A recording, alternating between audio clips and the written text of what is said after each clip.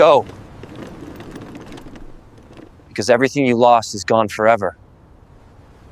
I'm 38 years old, the owner of a small but steady contracting business, and I recently got slammed with the most savage wake-up call of my life. For years, I thought I was building a stable foundation.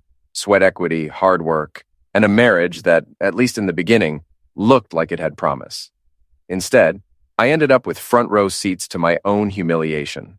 My now ex, Rachel, 35 years old, pencil skirts and Starbucks in hand, worked at some downtown marketing outfit.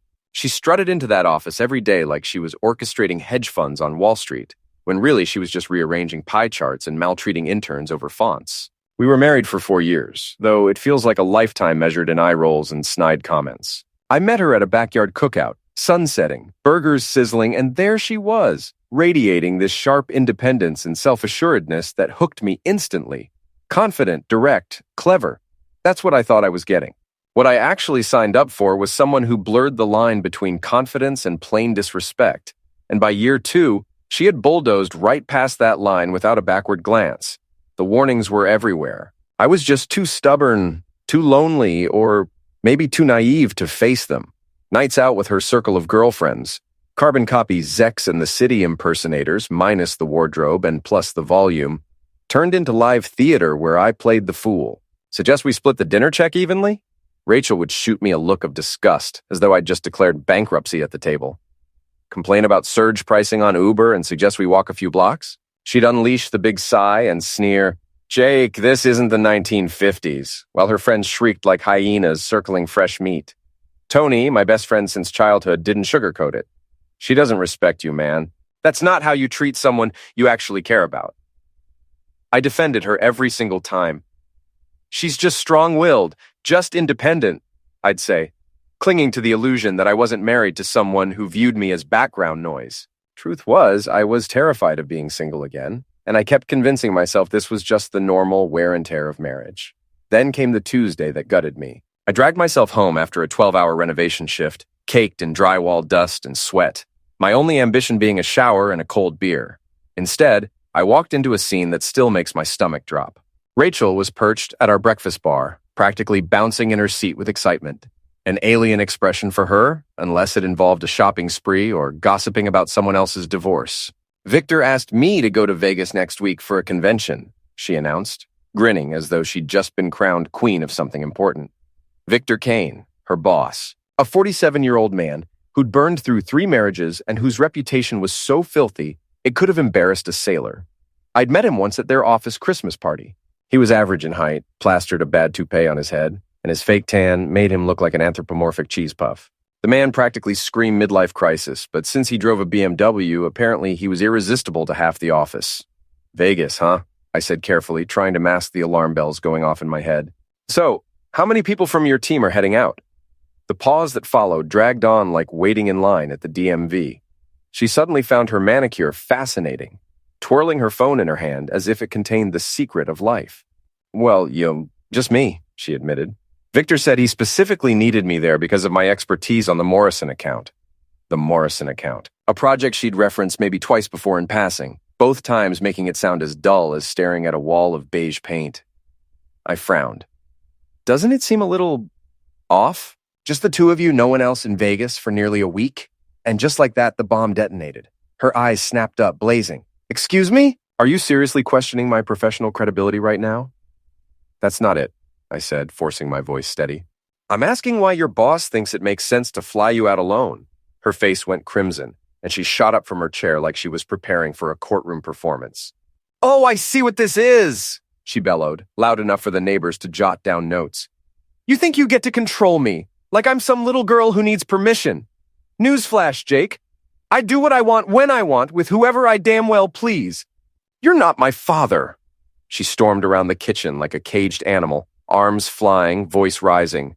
"I busted my A for this opportunity. I will not let you ruin it because you're insecure." Ah, the magic word, Rachel's favorite weapon. In her universe, insecure was the all-purpose hammer. Don't like her maxing out the credit card. Insecure. Feel uneasy about her disappearing until 2 a.m. Insecure. Question why she's spending 5 days alone in Vegas with her sleazy boss. Definitely insecure. "Rachel, relax. I said, trying to cut through the chaos. No! She screeched, slicing the air with her hand. I'm done with this. I'm going to Vegas, and that's final. She stormed down the hall, her heels smacking against the hardwood I'd installed myself, before slamming the guest room door so hard the windows rattled. That night I lay in bed alone, staring at the ceiling, and something inside me shifted. For the first time in our marriage, I didn't rush to smooth things over or convince myself I'd overreacted. I just lay there, hollow, realizing I might have been the only one even trying. By morning, she was gone. No sound from the guest room, no coffee brewing, just silence so heavy it felt like a verdict. At work, I threw myself into the noise of drills and saws, but my guys could read me like a book. They exchanged looks, kept their mouths shut, and hammered nails in silence. When I got home that evening, hoping maybe we could talk like adults, I found her sprawled on the couch, scrolling her phone with a smug little grin. Not the conciliatory kind of smile. More like the expression of someone who had already written the script and decided I wasn't part of it. Hey, I said, testing the waters. Oh, hey, she replied casually, not even glancing up. How was work? Build anything revolutionary today? Her breezy tone after last night's meltdown was whiplash. It was fine, I said slowly. About last night? Oh, I've moved past that, she cut in, like she was brushing away crumbs. And in my experience, when someone says they've moved past something, what they really mean is they've filed it away to be used as a weapon at the perfect time. About an hour later, while I was in the shower, my phone started buzzing like a hornet's nest had been dropped in it. Not one or two notifications, dozens piling up in waves. Dripping wet, I yanked on clothes and grabbed my phone. What I saw made my stomach flip. Rachel had posted a professional quality glam shot of herself, decked out in overpriced athleisure, chin lifted like a queen surveying her kingdom. But the caption was the real dagger. You're not going to control me like a little girl. Independent women choose their own path. Vegas 2025 #independent woman #know your worth #boss lady. And because she was incapable of half measures, she tagged my business account. Every client, every subcontractor, every cousin twice removed could now watch me be dragged through the mud. The comments were rolling in faster than I could read them. Yas, queen. Don't let him cage you. Strong women intimidate weak men. Live your truth. Strangers who had never laid eyes on me were applauding Rachel for torching me in public. Then my phone rang. Dave, my foreman. Boss, check the group chat. I opened it and felt the gut punch land. Yo, Jake, your wife's torching you on Insta. She tagged your company, bro. Looks like your wife runs the show. Vegas without you, ouch. And just when I thought it couldn't get worse, my mother called. Her voice was hesitant, but loaded. Jake, honey, I just saw Rachel's post on Facebook. Mrs. Henderson shared it. Everyone's asking what's going on. That was the moment I knew. If it had already hit the senior citizen Facebook gossip circuit, my dignity wasn't just dented, it was totaled. That night around 10, I heard her dragging her suitcase across the floor. Her big, shiny new suitcase bought specifically for this trip. When she passed the bedroom doorway, she paused just long enough to give me that smirk that said she'd won this round. See you in 5 days, Jake. Maybe you'll finally have time to reflect on your behavior. The front door closed with a decisive click, and suddenly the house felt different. Quieter, emptier, but somehow cleaner. Day 2 of Rachel's Vegas adventure, I was sitting in my kitchen like a ghost haunting his former life when I heard that annoying beeping. Rachel's old iPhone on her nightstand. She'd kept it as a backup alarm clock. Normally I'd hit snooze, but Rachel wasn't there. The phone was still logged into everything. Messages, social media, email, all sitting there requiring nothing more than a swipe because she'd never changed the passcode from her birthday.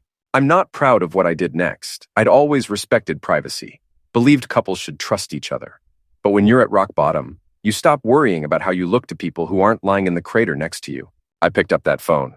Victor Kane was right at the top of her recent conversations. 6 months of messages. The earliest ones were subtle, professional on the surface, but with subtext. Working late again tonight? Wish I had better company, with a winking face. By month 3, we were in full flirtation territory.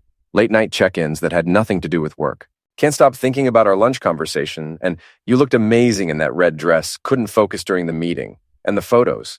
Pictures I'd never seen Rachel in lingerie I'd never seen her wear. Rachel in that red dress Victor had complimented. Taken in our bedroom mirror. Rachel sending him selfies from our bathroom. But Victor wasn't the only name in that message list. There was Marcus from her yoga class. Apparently, hot yoga meant something different than I'd thought. There was Ryan from the coffee shop near her office. Those quick coffee breaks were lasting longer than 15 minutes. And Brad, some college guy who'd randomly reached out on Facebook. Different men, same pattern. Flirting, compliments, gradual escalation from innocent conversation to messages you definitely don't send to your husband's friends. But the real gut punch was the group chat buried in her messages. Family girls, Rachel, her mother Linda, and her sisters Kelly and Dana. 4 generations of women discussing what a disappointment I was. Linda, honey, don't waste your best years on Jake. You're young, beautiful, successful. Find a man with real ambition who can give you the life you deserve. Kelly, Mom's right, Rach. Jake is fine, but fine isn't enough. You should be with someone who excites you, who can actually afford to take you places. Dana, OMG, yes, Victor sounds amazing. Rich, successful, mature. Everything Jake isn't. You should totally go for it. Rachel's response was the butcher.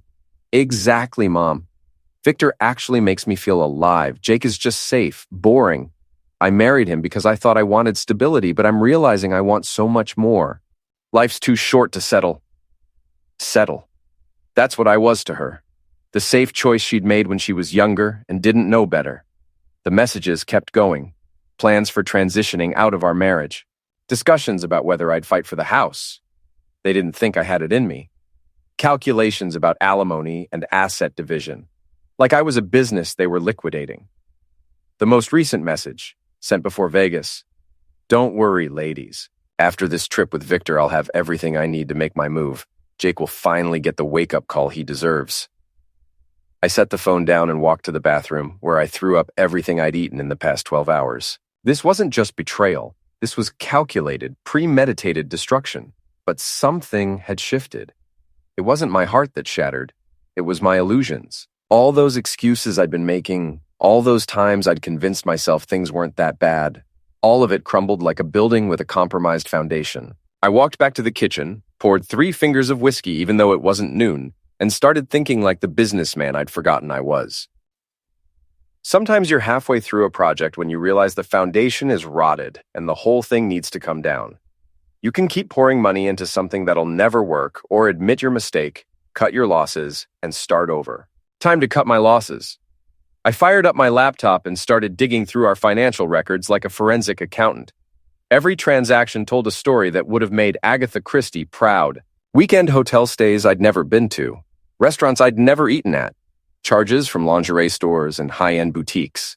The credit cards were worse.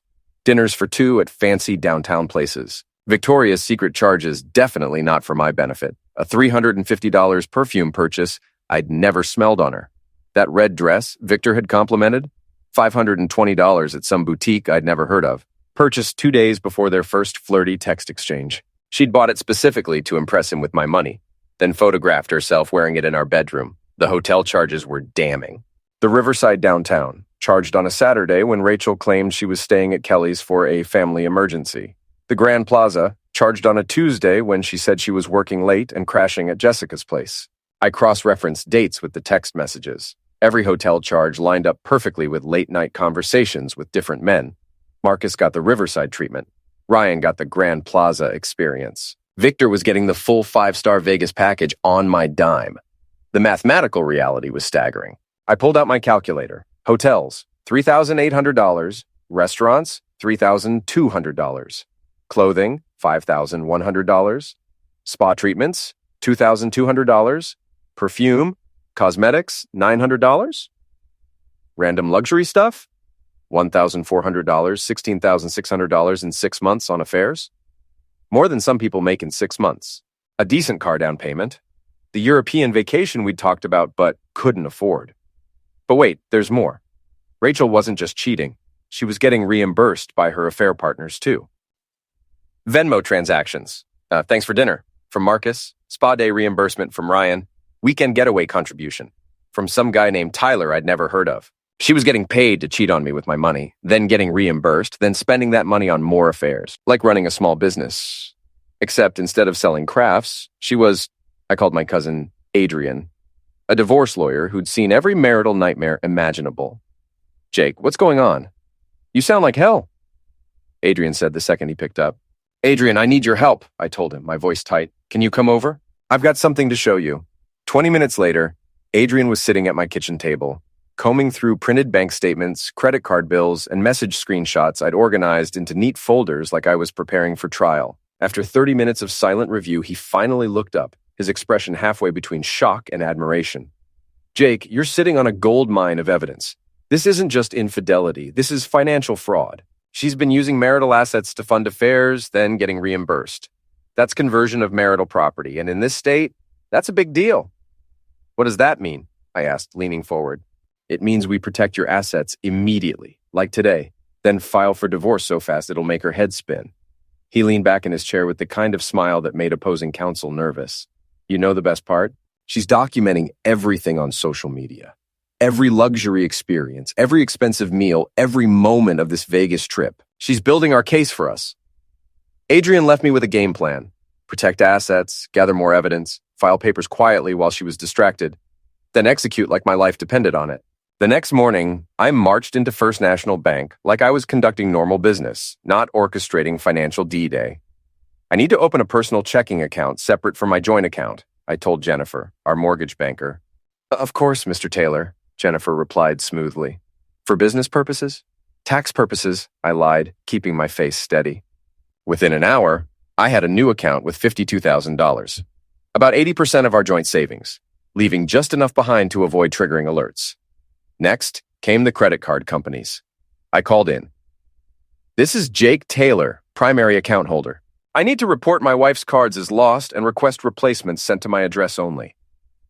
Was this due to theft, Mr. Taylor? The representative asked. Let's call it theft, I said, which wasn't technically a lie. Within 20 minutes, all her cards were deactivated. New ones would arrive in 3 to 5 business days, safely in my possession before she returned. But I didn't stop there. Every shared digital account got the password change treatment. Netflix, Amazon Prime, Spotify, Hulu, Disney+, HBO Max, gone in an instant. Almost everything ran through my email because I was the tech-savvy one. Rachel was about to discover that being digitally dependent on the person you're betraying is like building a house on someone else's land. When Adrian came back later with the divorce papers, he was grinning. I've never seen documentation this thorough, he said, flipping through the folders again. Financial records, text evidence, social media posts, witness statements from your crew about her public behavior. This is an attorney's dream. Witness statements? I asked, caught off guard. I called Tony and some of your guys, Adrian explained. Her Instagram stunt didn't just humiliate you. It provided legal evidence of abandonment and public disparagement. In this state, that matters. Signing those papers felt like the most satisfying thing I'd done in months. Each signature was taking back dignity, each initial reclaiming self-respect from the wreckage. Day 5, the day of reckoning. I spent the morning at Tony's house across the street, watching my front door like surveillance on enemy territory. His kitchen window had a perfect view of our driveway. Around 2 p.m., Tony's phone buzzed. Showtime. Her Uber just pulled up. I watched Rachel climb out, dragging that shiny suitcase, looking tanned, relaxed, and smugly satisfied. She had this bounce in her step that said, I just had the time of my life and you weren't invited, carrying shopping bags from stores I'd never heard of. She fumbled with keys, probably still hungover, and disappeared inside. 7 minutes later, Tony's phone rang. Even 3 feet away, I could hear the screaming. Where is everything? Where are my clothes? What did that fool do? Sorry, who is this? Tony asked innocently. It's Rachel Taylor. Where is Jake? Oh, hey, Rachel. Yeah, he's right here. Hold on. He held the phone out. I shook my head. He's busy, Tony said loud enough for her to hear. He's busy. I'll show him busy. Through the window, we watched her moving through the house like a tornado, lights flicking on and off as she searched for her belongings. The expensive clothes, designer shoes, jewelry, all gone, donated to women's shelters around town where they might do some good. But removing her clothes was just part of the plan. The real masterpiece was what I'd left on our bed, a manila folder with her name and my neat block lettering. Inside was everything. Screenshots of text messages with Victor, Marcus, Ryan, and the rest, all organized chronologically. Her family group chat printed in full color, credit card statements with every suspicious charge circled in red, and the transcript of her drunken Vegas phone call where she'd told me exactly what she thought of me. Plus my letter, 1 page, single-spaced, clear and direct. The crying started around 4 p.m., not manipulative tears, real crying from finally understanding that actions have consequences. Around 8 p.m., she burst out of the house, clutching her phone, pacing our driveway while talking. We couldn't make out words, but her body language said everything. The way her shoulders slumped, the way she stopped moving and just stood there, the way she finally sat on the front steps with her head in her hands. "Strike one," I muttered. "Victor's not interested anymore?" The next call lasted longer, maybe 30 minutes of agitated circles around the living room, but it ended the same way. Sabrina on the couch looking like someone had explained Santa wasn't real. "Strike two. Family's not helping." The third call was shorter, 5 minutes before she was back on the steps, looking gut-punched. "Strike three. The support network has collapsed." Around 9 p.m., Rachel emerged, dragging that suitcase, the same one she'd packed with such excitement. She stood at the end of our driveway, looking left and right, trying to figure out which direction led to salvation. The Uber app was declining her requests because all her cards were dead. Her friends weren't answering because supporting independence on social media is different from providing actual help. Her family expected her to upgrade from me, not downgrade to needing their charity. She tried calling another Uber, probably getting payment error messages. She called someone else. Maybe a taxi, maybe another friend, but whatever conversation she had was brief. Around 9:30, she started walking. Just picked up that suitcase and walked down Maple Street like she had somewhere to be, though we all knew she didn't. Her head was down, shoulders hunched, and for the first time since I'd known her, Rachel looked small. "Where's she going?" Tony's wife Maria asked. "Probably that 24-hour diner on Main," Tony said. "Only place she can sit without paying up front." We watched until she disappeared around the corner, her suitcase wheels echoing like a funeral march for my marriage. My phone buzzed. Text from Adrian. "Papers are filed. It's official. Congratulations on your divorce, cousin. Now let's talk about making sure she doesn't get a penny she's not entitled to." 6 months later, I'm sitting in my new downtown loft apartment, watching the sunrise through floor-to-ceiling windows with 0 bad memories attached. Turns out, when you're not financially supporting someone else's affair lifestyle, you've got surprising disposable income. I sold the house 2 months after the divorce finalized. Made decent profit thanks to renovations I'd done thinking I was building our future. This place is everything the old house wasn't. It's mine. No shared mortgage, no compromise on furniture that looked good but felt like concrete. Corner unit in a converted warehouse with exposed brick. Original hardwood. Enough space to think without tripping over someone else's drama. Walking distance to 3 coffee shops, 2 restaurants, and a bar that makes proper old fashions. I was making coffee when I heard a knock. Clara Martinez stood in my hallway holding 2 cups and wearing that smile that had been brightening my days for 3 months. 4th grade teacher, 10 blocks away. Everything Rachel wasn't. Genuine, down to earth, funny, without being mean. And here's the kicker. She insists on paying for her own stuff. "Thought you might want real coffee instead of whatever burnt garbage you make," she said, pushing past me like she belonged there, which she kind of did. "I ran into someone yesterday who knows you," Clara said, settling on my couch. "Lisa Chen from the bank. She mentioned your ex came in trying to access old accounts."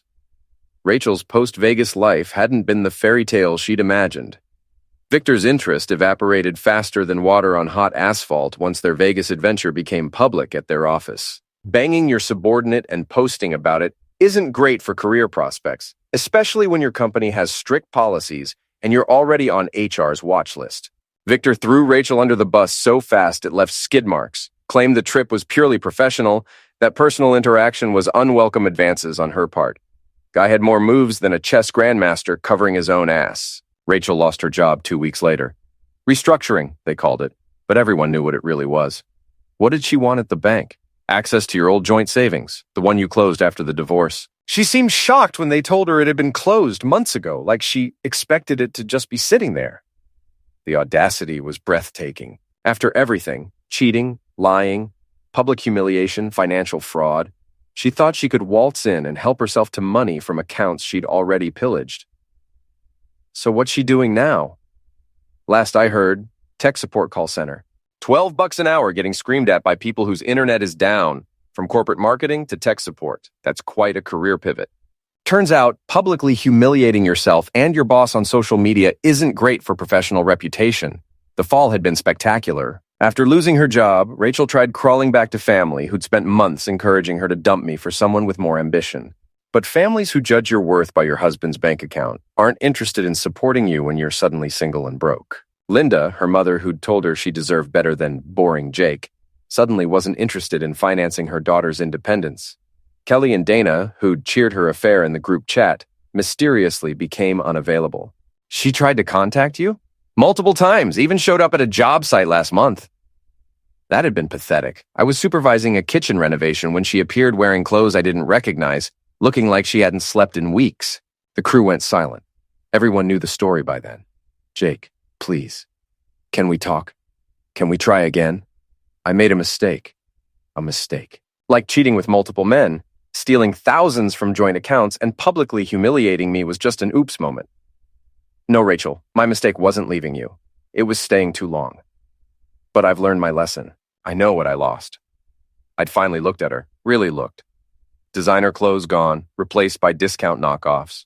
Perfect hair and makeup replaced by the natural look that comes from not affording professional maintenance. The confidence, arrogance, superiority that had defined her, all stripped away, leaving just a desperate woman who'd finally realized what she'd thrown away. You want to make it right? Learn from this. Respect the next guy. Don't take him for granted. Don't finance affairs with his credit cards. And maybe don't post about independence while screwing your boss in Vegas. The guys had tried hiding their snickers, but not very hard. Did it hurt? Clara asked now. Seeing her like that? 6 months ago, it would have destroyed me. I would have felt guilty and probably taken her back just to stop feeling like a bad person. But looking at Clara, this beautiful, intelligent woman who'd never made me feel inadequate, who contributed equally, who treated me like a partner instead of a bank account with legs, I realized pain wasn't the right word. No, what hurt was realizing I wasted 4 years on someone who never respected me. Seeing her get exactly what she deserved didn't hurt at all. Clara nodded and took my hand. You know what I love about you? I love that you want me, not my money. I love that you respect me enough to let me be equal. I love that you learned from your mistakes. There it was, the lesson I should have learned years ago. Respect isn't controlling or old-fashioned. Respect is the foundation of love. And without that foundation, everything else collapses. Don't finance your own humiliation. Don't accept disrespect because you're afraid of being alone. Don't stay with someone who sees you as a stepping stone. Walk away before you're destroyed. Trust me on this one.